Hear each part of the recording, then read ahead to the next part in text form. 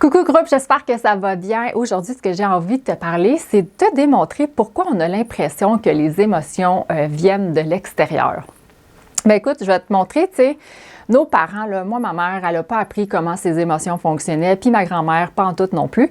Alors, ça fait du sens qu'elle ne m'a pas enseigné comment ça marchait. Mais je vais te montrer physiquement qu'est-ce qui s'est passé.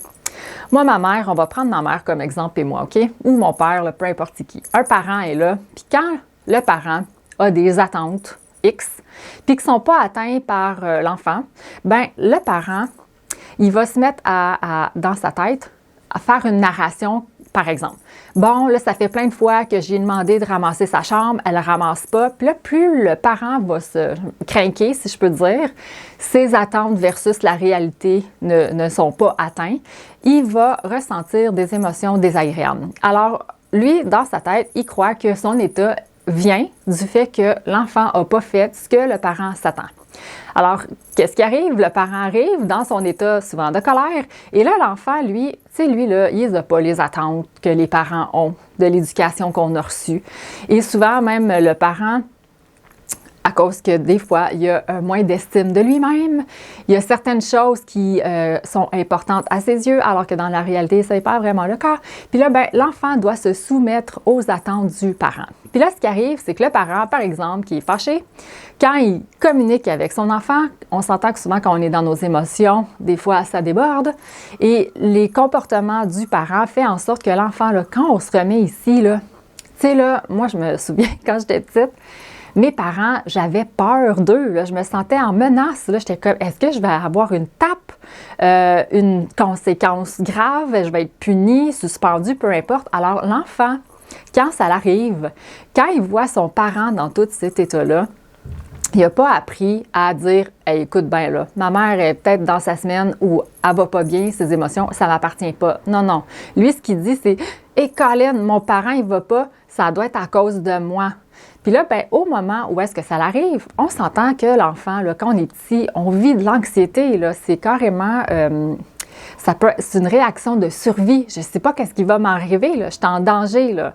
Alors, au moment même, l'enfant imagine ou prend la croyance que l'état de mon parent dépend de moi. Si j'avais fait ce que mon parent m'aurait demandé, il n'aurait jamais été dans cet état-là.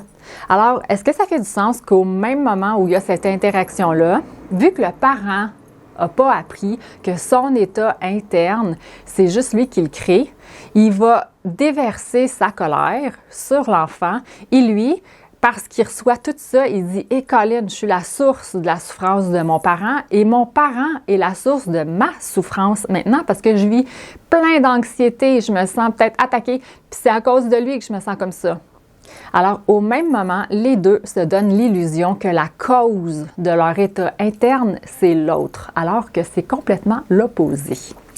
Alors, ça ressemble un peu à ça. Je vais vous montrer la suite un peu plus tard, mais je voulais quand même mettre en lumière qu'est-ce qui se passe et pourquoi on a l'impression de façon automatique que notre état interne dépend de quelque chose à l'extérieur. Puis on s'entend que ce que je viens de te présenter, on a vécu ça plein de fois. Puis là, c'est pas l'entourage, la famille, après l'école, après le travail, après... On répète constamment cette espèce de dynamique-là que quand quelqu'un a une réaction émotionnelle, oups, on croit qu'on est la cause de l'autre et vice-versa.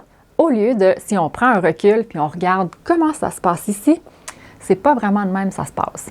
J'espère que ça fait du sens. Je m'arrête là-dessus. Je voulais juste mettre un peu la table au niveau des émotions et très bientôt, je vais venir te montrer vraiment qu'est-ce qui se passe pour que tu puisses reprendre le contrôle sur toi au lieu de, malheureusement, tu sais, souvent les gens déversent leur mal-être sur les autres, comme on peut voir sur les médias sociaux, la haine, tout ça.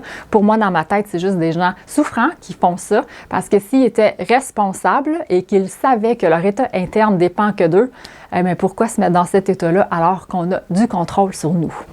Ça ressemble à ça. Merci beaucoup. J'espère que ça fait du sens. Si tu as envie de me partager tes commentaires ou peu importe quoi, je t'invite à le faire. Puis on se voit dans une prochaine capsule. Bye!